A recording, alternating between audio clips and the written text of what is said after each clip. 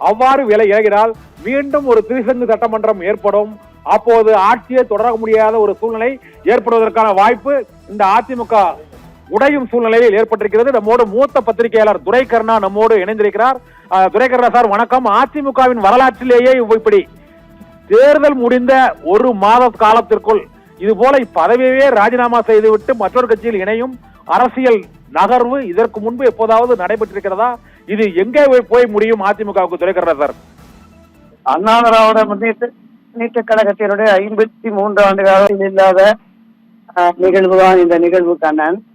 அதாவது அதிமுகவினுடைய முன்னணியினர் சட்டமன்ற உறுப்பினர்களாக, அமைச்சர்களாக இருந்தவர்கள், எம்பி எம்எல்ஏக்களாக இருந்தவர்கள், பல்வேறு பொறுப்புகளில் இருந்தவர்கள், அந்த கட்சியை தொடங்கிய நிறுவன தலைவர் எம்ஜிஆர் மீதோ, அந்த கட்சியை 30-40 ஆண்டுகள் வழிநடத்திய செல்வி ஜெயலலிதா மீதோ எந்த விதமான கட்சி மீது கூட எந்தவித ஈடுபாடும் இல்லாமல் தனிப்பட்ட முறையில் தங்களுடைய சுயநலம், ஈகோ இதை அடிப்படையாக வைத்து செயல்படுவதால் இப்படிப்பட்ட துரதிருஷ்டவசமான நிலை உருவாகி இருக்கிறது அப்படின்னு தான் பாக்குறேன் கண்ணன்.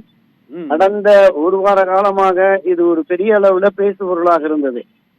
ஒரு அணியினர் 25 பேர் சண்முகம், எஸ்.பி. வேலுமணி தலைமையிலும், ஒரு 22 பேர் எடப்பாடி தலைமையிலையும் சட்டப்பேரவையில் செயல்பட்ட சூழலில் இருவருமே இணைந்து செயல்படலாம் என்று சில பஞ்சாயத்துக்கள் நடக்குது, பேச்சுவார்த்தை நடக்குது, இந்த ஆட்களை இழுக்கும் செயல்கள் நடக்கிறது அப்படிங்கிற மாதிரி இருந்தது. இந்த காலை கூட ஒரு 5 சட்டமன்ற உறுப்பினர்கள் வேலுமணி சண்முகம் தரப்பிலிருந்து திரு எடப்பாடி பழனிசாமியை சென்று சந்தித்து ஆதரவு தெரிவித்தார்கள் அப்படின்னு செய்தி வந்த ஒரு மணி நேரத்துல ஒரு 3 எம்எல்ஏக்கள் தங்களுடைய சட்டமன்ற உறுப்பினர் பதவியை ராஜினாமா செய்து பேரவைத் தலைவரிடம் கொடுத்து விட்டு அடுத்த 10வது நிலம் அங்கிருந்த தாவேகா அமைச்சர் ஆதவ அர்ஜுனா அவர்களை சந்தித்து தாவேகாவில் இணைந்து விட்டதாக செய்திகள் வருகிறது.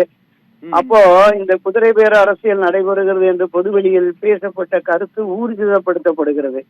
இந்த சண்முகம் வேலுமணி தரப்பு ஆட்களை இழுக்கும் முயற்சியில எடப்பாடி பழனிசாமி தரப்பினர் தான் ஈடுபடுகிறார்கள் போது அங்கிருந்து கடத்தி கொண்டு வந்து இன்னொரு தரப்பு இந்த தாவேகா இந்த வேலைகளை செய்கிறதோ அப்படிங்கிற மாதிரி நம்ம பார்க்க வேண்டியது இருக்கிறது. இன்னும் எத்தனை பேர் வந்து தாவேகாவில் இணைவார்கள்? அவர்கள் தேர்தலில் தாவேகா சின்னத்தில் வெற்றி பெற்று ஆதரவு ஒரு பெரும்பான்மையான ஒரு 10 பேர் 15 பேர் வந்து நாம் அனைவரும் தாவேகா சின்னத்துல நின்று வெற்றி பெறுகிற பொழுது தாவேகாவுக்கு இன்றைக்கு இருக்கிற அந்த நித்தியகண்டம் பூர்ணாயுசு என்கிற நிலை மாறி 5 ஆண்டுகளும் ஒரு நிலையான அரசை நடத்தி விடலாம் என்கிற எண்ணத்தில் தாவேகாவினுடைய சூழ்ச்சி அரசியல் தான் இது என்பது வெளிப்படையாக தெரிகிறது கண்ணன்.